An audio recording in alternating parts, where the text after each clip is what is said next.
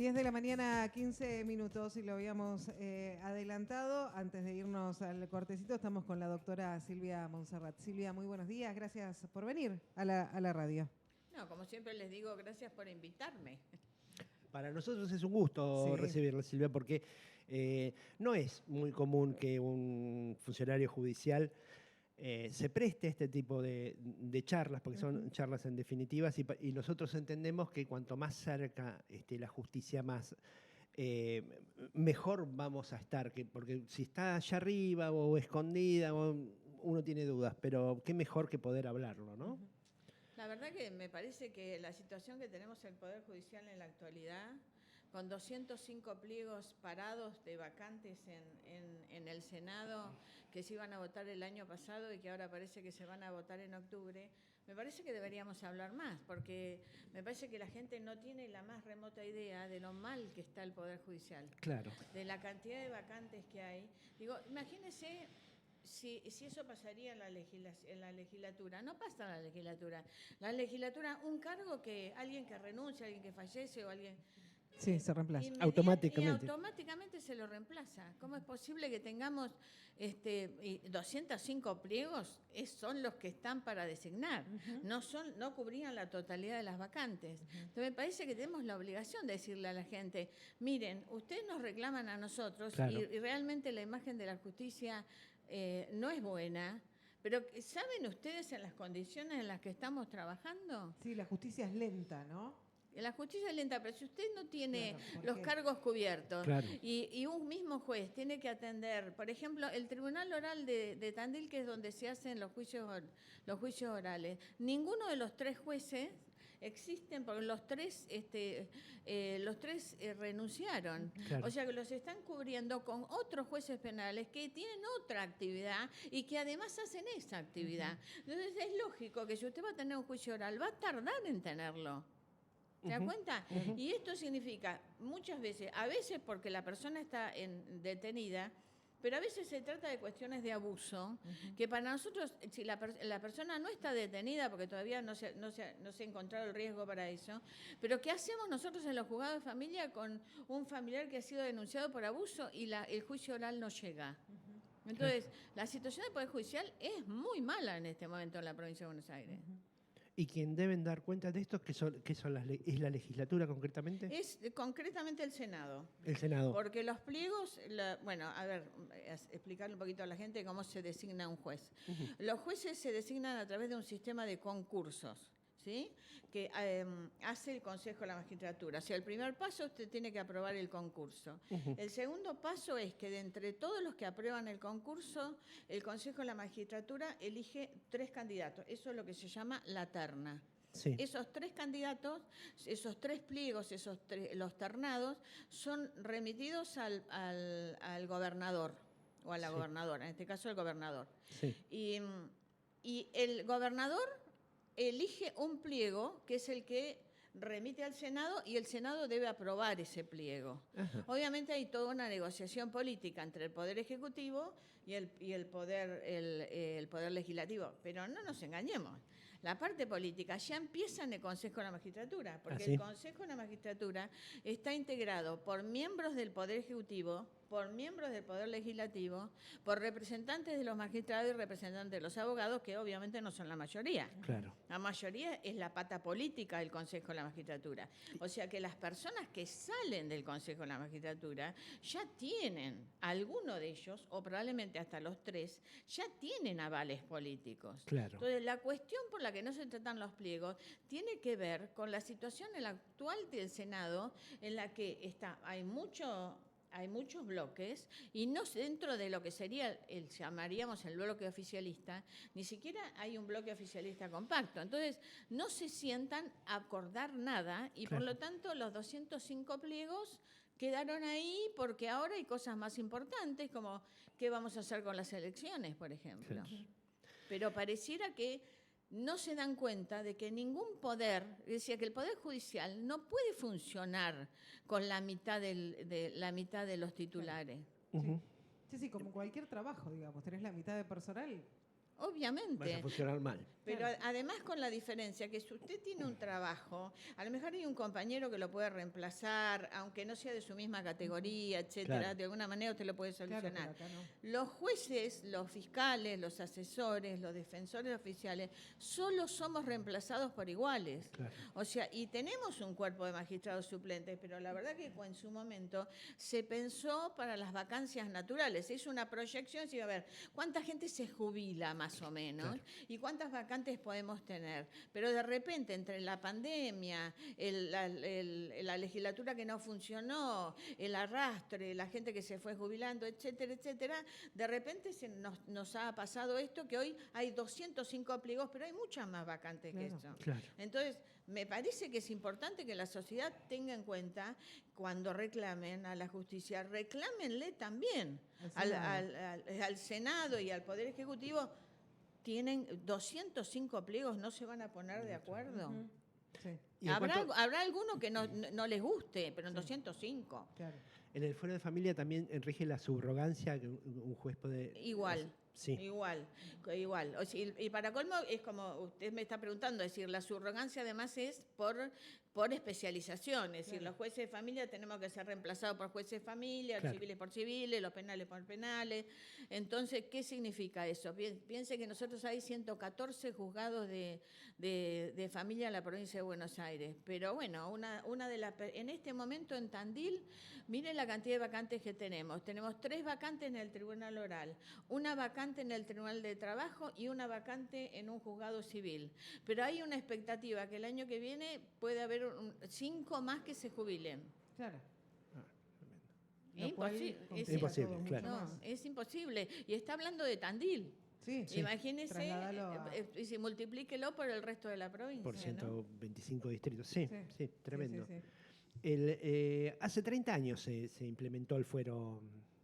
Bueno, esto es interesante porque en realidad la gente cree que el fuero nació cuando en el interior, sobre todo, aparecieron los juzgados de familia. Fíjese que el nuestro acaba de cumplir 16 años.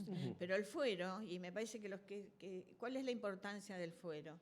Piense que el derecho a familia en realidad era una parte del derecho civil. Cuando yo estudiaba era lo que llamamos el Civil 5. Estudiábamos familia y sucesiones, pero eran profesores civilistas que tenían alguna especialización. Hoy el derecho de familia es un derecho interdisciplinario, donde el derecho tiene una parte, pero las otras disciplinas impactan fuertemente en el derecho. Entonces, hoy tenemos un derecho muy especializado, interdisciplinario, y el fuero nació así. Cuando se crea el fuero de familia, que ponen en funcionamiento, en aquella época eran tribunales colegiados, como el Tribunal de Trabajo, eran 3 jueces y no estaban en toda la provincia.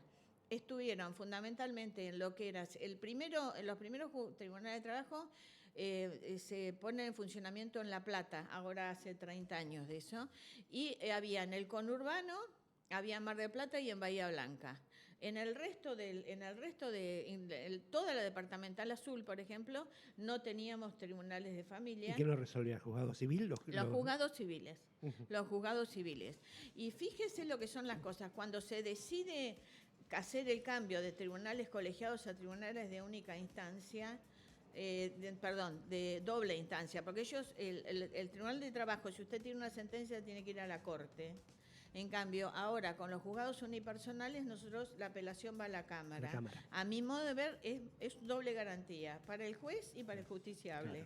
Claro. ¿No? Porque nosotros nos podemos equivocar, pero hay una Cámara que puede tener otra visión diferente de la que nosotros tenemos, porque en la mayor parte de las veces el derecho tiene importancia, pero muchas veces lo que hacemos es más un análisis de hechos que un análisis más jurídico. Sí. Entonces, cuando se decide esto, los primeros 12 juzgados unipersonales fueron precisamente del interior de la provincia de Buenos Aires.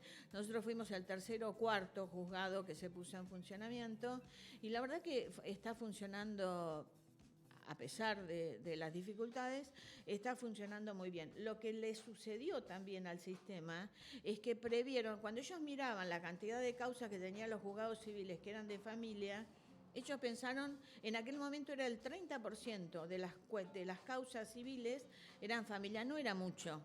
Entonces ellos pensaron que con determinada cantidad de juzgados iba a alcanzar. Lo que no pudieron prever fue la explosión, primero, por cambios sociológicos. La sociedad cambió. Segundo, porque es como todo, ¿no? Si usted le da una oferta de un juzgado en su ciudad, es muy probable que cuestiones que usted antes de alguna forma trataba de arreglarlas, ahora... No es que los conflictos de familia no existieran, sino que se les daba un respaldo y un marco jurídico. No era lo mismo ir a un juzgado civil que ir a un juzgado de familia con una interdisciplina, con psicólogo, una trabajadora social, es otra cosa. Entonces, el crecimiento que ha tenido el fuero de familia es que se calcula que crece a un promedio que cada 7 o 8 años se duplican la cantidad de causas. Es decir, que además de esto que yo estoy diciendo de la cantidad de vacantes, si uno quisiera tener un poder judicial serio y si realmente nos importaran los 3 poderes, deberíamos pensar hacer una planificación a 10 años, es decir, qué cantidad de juzgados la legislatura, porque piensen que la creación de juzgados sale por ley. ¿Qué cantidad de juzgados vamos creando cada 10 años? Porque usted después piense que después hay que pasar por todo este proceso que yo le estoy diciendo. Hay juzgados que hace 5 años que están vacantes. Es decir, desde antes de la pandemia ya estaban vacantes esos juzgados porque el proceso de concurso, pliego, etcétera, etcétera, aún en tiempos normales y lleva no menos de 2 a 3 años. Entonces usted tiene que prever que aún creando un juzgado, usted sabe que ese juzgado va a tardar probablemente otros 3 años en más en ser cubierto y en ponerlo en funcionamiento. Así que para nosotros los 30 años es celebrar que hoy tenemos una herramienta que es muy útil para la sociedad, porque realmente la cantidad de conflictos aumenta enormemente, pero que el trabajo interdisciplinario es lo que nos permite a nosotros, más allá del derecho, poder dar alguna respuesta. Por eso digo, acá no es solo que uno debe saber derecho, acá también es necesario trabajar en forma interdisciplinaria. Por eso yo digo, si nosotros no tuviéramos los órganos administrativos como los servicios de niñez, no tuviéramos ayuda en salud mental, que eso es para hablarlo en otra charla, porque ahí sí tenemos serias dificultades, y si no tuviéramos los equipos interdisciplinarios que nosotros tenemos, la verdad que no sé cómo haríamos para resolver las cuestiones, porque muchas cuestiones se resuelven desde la psicología, desde la psiquiatría y desde el trabajo social y no tanto desde el derecho. Es una situación mucho más compleja que lo que puede llegar a resolver el fuero civil. El fuero civil básicamente es aplicar la norma. Económico, hago un perito contable y ya está. Exactamente, como usted exactamente dice, es aplicar la norma. Y si usted se va porque es más complicado, porque usted tiene un análisis contable, tiene un perito contable que le va a dar las herramientas. Acá realmente, es decir, ¿cómo usted elige cuál de los progenitores es el más apto? ¿Desde el derecho? No, lo elige desde la interdisciplina. Claro, sí, sobre todo cuando el hecho involucra a menores, ¿no? Sin lugar a dudas. Bueno, y el fin de semana, en función de estos 30 años, hay una actividad. Sí, nosotros habitualmente hacemos encuentros del fuero de familia y lo vamos rotando la localía porque, bueno, le facilitamos a la gente del lugar que no tenga que viajar, que no tenga que generar gastos, porque la asistencia a estas son capacitaciones que nosotros damos en el foro, es gratuita. Y entonces para nosotros es muy bueno. Esta vez es en La Plata y coincide precisamente con los 30 años del funcionamiento, de la puesta en funcionamiento del fuero de familia en La Plata. Vamos cambiando los temas y vamos tratando hay algunos temas que nos generan muchas dificultades, entonces tratamos de llevar expertos y además nos sirve a nosotros para intercambiar experiencias y buenas prácticas. ¿Qué estás haciendo en tal caso? ¿Cómo lo estás resolviendo? ¿No? Y yo siempre digo que cada encuentro que voy traigo alguna idea que yo puedo implementar para hacer una mejora continua en mi juzgado. Y esta vez dijimos, vamos a ver algo de inteligencia artificial. La Corte está en ese camino. La Corte está intentando aplicar inteligencia artificial a un tipo de procesos que son los más rutinarios, que son los procesos ejecutivos en los que se ejecutan impuestos o tasas municipales, se llaman juicios de apremio. Esos juicios son todos iguales. ¿no? Varía el demandado y varía el monto, Claro. pero en esos son muy rutinarios. Y queríamos un poco ver qué es lo que se puede hacer con eso y hasta dónde en algún momento nosotros lo vamos a poder aplicar al fuero de familia. Y ahí nos preocupa mucho la protección de los datos personales. Claro. Que los datos personales en la Argentina no tenemos, eso es algo que nos van a explicar los expertos, no tenemos muy buena legislación todavía, pero Europa sí está muy avanzada al respecto, porque los datos personales son mucho más que el nombre, el domicilio o el número de documento. Si es en el caso de los menores, por ejemplo, de los niños, niñas y adolescentes, es cualquier cosa que permita identificarlos. Claro.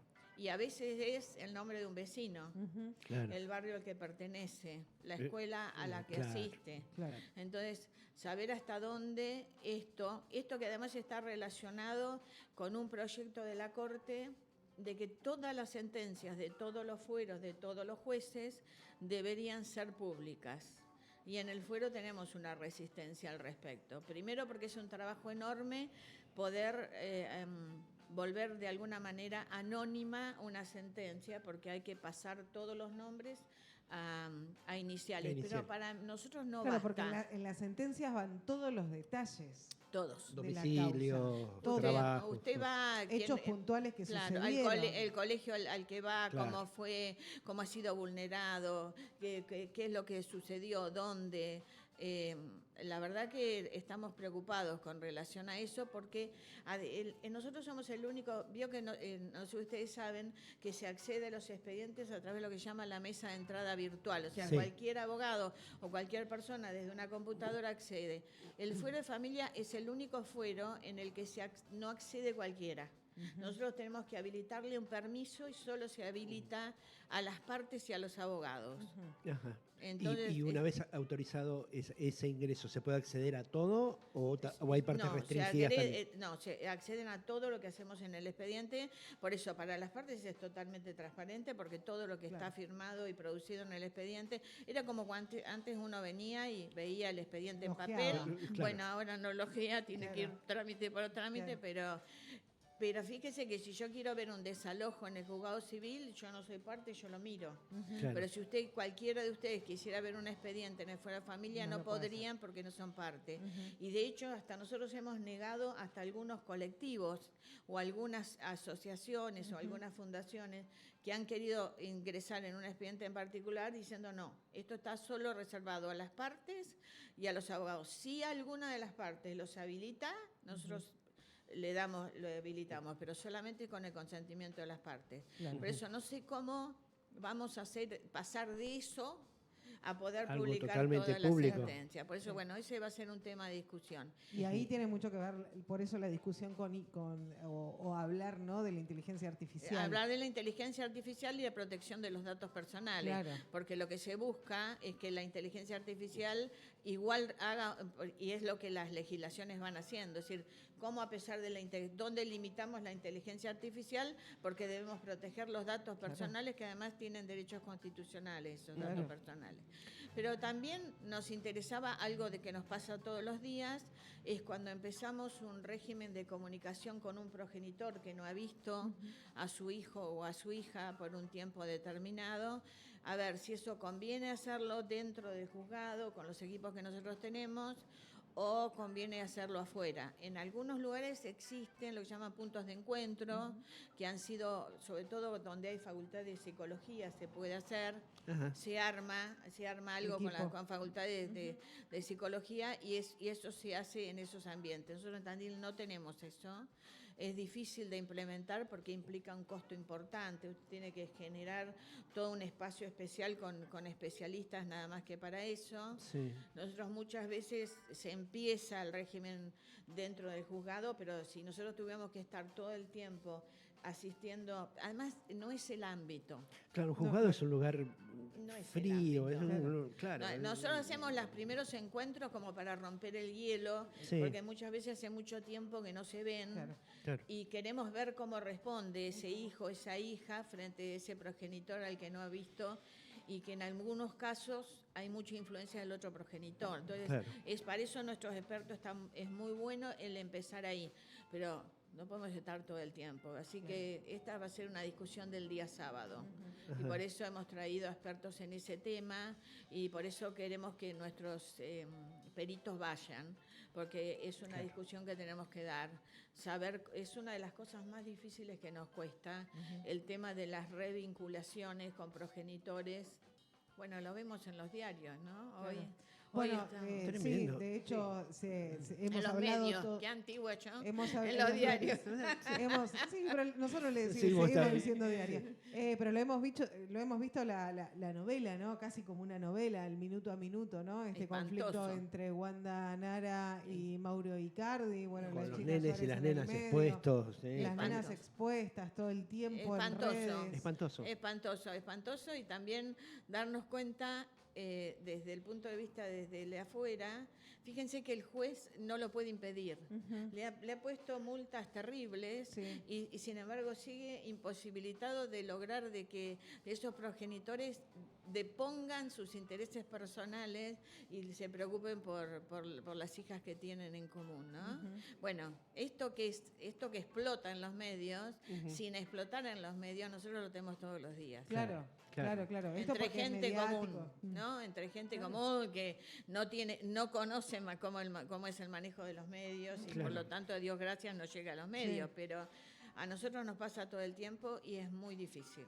En definitiva, estas cuestiones, ¿quién toma la decisión? ¿La Suprema Corte en cuanto a la publicidad de las causas, en cuanto a la intervención de la... Sí, esas son decisiones que va tomando la Corte, sí.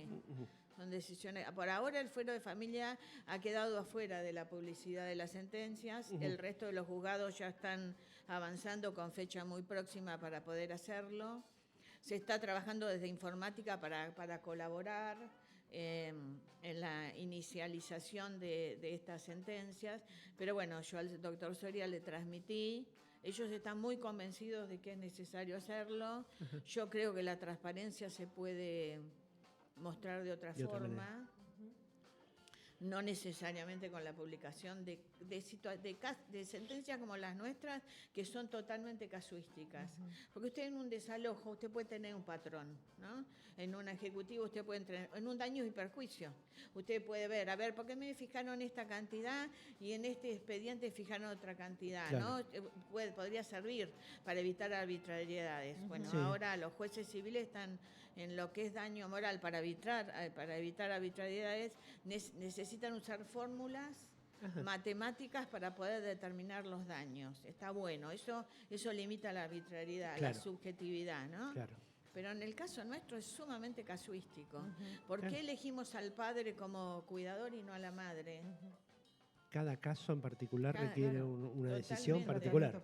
No, entonces se van a comparar y decir, bueno, pero acá lo eligió el padre y a mí en este caso usted no me elige, porque usted no es mejor que la madre. ¿Sí? Claro. Y en este caso, otro caso, sí, el padre era mejor que la madre, o al revés. Cada historia es muy individual. No, cada historia es individual, sí. ¿Y cuál es la relación con este caso, con el presidente de la Corte? ¿Es fluida? ¿Es el diálogo? ¿Hay interés por parte de la Corte en las cuestiones que pasan en el foro de familia, en el fuero de familia? La Corte, bueno, ahora tenemos una Corte totalmente diezmada, ¿no? Solamente tenemos 3 miembros de la Corte. Históricamente, en los 16 años que yo llevo, la presidencia es anual. Personalmente creo que la presidencia debería ser un poco más larga. Debería ser bianual. Cada presidente es diferente. Nosotros en la historia de Tandil, piensen que nosotros no somos cabecera departamental. O sea que cuando los ministros históricamente deciden visitar una departamental, van a la cabecera. Van al sur en este caso. Nosotros hemos tenido 2 ministros de corte, uno fue el doctor Negri, ya fallecido, y otro el doctor Soria, que cada vez que vienen a la departamental azul vienen a Tandil. Hay un pedido, ¿no?, respecto de eso. Y hay un pedido, sí. Usted estuvo reunida con Soria respecto para hablar esto también.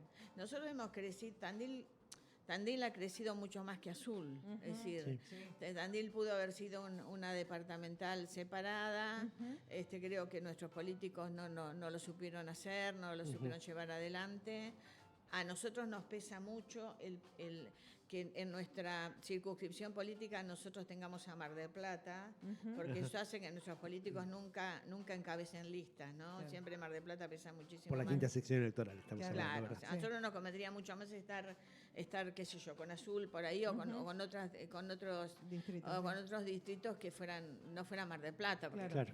Claro. Sí, por la ¿cómo competir con Mar del Plata, popularidad, no? sí. Pero el doctor Soria específicamente siempre ha sido una persona que ha venido muchísimas veces a Tandil y se sienta a conversar con los titulares mano a mano. La verdad que me parece que es maravilloso, y él dice que cuanto menos son ellos, él más siente que los ministros deben estar cerca de cada lugar, y por eso él ha viajado mucho. Ajá. La verdad que sí. Pero la posibilidad de que haya una departamental aquí en Tandil, Yo que sea hoy no lo veo. cabecera, No lo veo es difícil. porque Hay un pedido. él fue muy sutil en el sentido de decir, se notaba, o sea, nosotros lo que yo vengo notando en la Corte, por eso creo que perdimos el tren, es que ahora no les interesa crear departamentales, porque crear una departamental importa mucha burocracia. Él dice, nosotros preferimos crear juzgados o poner cuestiones descentralizadas. Por ejemplo, nosotros en Tandil ya tenemos una subdirección de arquitectura y tenemos una de mantenimiento. Fíjense que cuando yo empecé, si a nosotros se nos cortaba la luz en el juzgado, acá no había electricista, había alguien de mantenimiento, pero no electricista, teníamos que esperar que vinieran de Azul. Ajá. Venían de Azul a arreglarnos bueno, eso se solucionó. Lo que todavía no tenemos es delegación de administración. Entonces, todo lo que es desde el papel higiénico, todo eso se envía desde la administración de Azul. Eso sí estaba la gente. Nosotros tenemos una asociación de magistrados y funcionarios que se llama FUTAN. Estaba la presidenta, que es la doctora Virginia Persson, y fue uno de los pedidos. Bueno, si no tenemos una departamental. Y eso sí Soria medio como que lo tomó. Claro, es decir, facilitar de alguna manera la diaria, digamos. Descentralizar. Claro. Ellos están por descentralizar, sí les interesa descentralizar, pero dijo, crear una departamental es crear burocracia. No veo que la Corte vaya por ese lado. Generar esa descentralización que permita un funcionamiento normal. ¿Cuál sería otro impedimento o cuál sería otra razón por la cual Tandil debería tener su propia departamental y no depender de Azul? Bueno, acá no voy a ser políticamente correcta. Perfecto, Bien, eso nos gusta. Nos encanta. Acá. El problema que nosotros tenemos es que para Azul, un azuleño es siempre mejor que cualquier otro. Ajá. Entonces, cuando vamos a concursos y va un azuleño y va un tandilense, siempre va a ganar el azuleño. Ajá. Entonces, eso sí nosotros lo notamos. Ajá. Me dice, ¿qué pasa con Olavarría?, preguntó el doctor Soria. Ellos no lo sienten como una competencia Olavarría porque está a 50 kilómetros de Azul. Claro. Entonces, si tienen que negociar con alguien, negocian con Olavarría, no con Azul. Claro. Alguna vez, un presidente del Colegio de Magistrados me dijo, ustedes los tandilenses son como los catalanes, son separatistas. Y yo le dije, nosotros somos separatistas porque ustedes nos ignoran. Claro. Ajá. Algo de eso hay entonces también. Sí. Algo de eso hay. Para un azuleño no hay nada mejor que un azuleño. Entonces, eso es lo que a veces nosotros sentimos, y es muy probable en las designaciones que se han producido para los 3 cargos vacantes que tenemos, los 3 pliegos que hay salvo uno, los otros 2 no son de acá.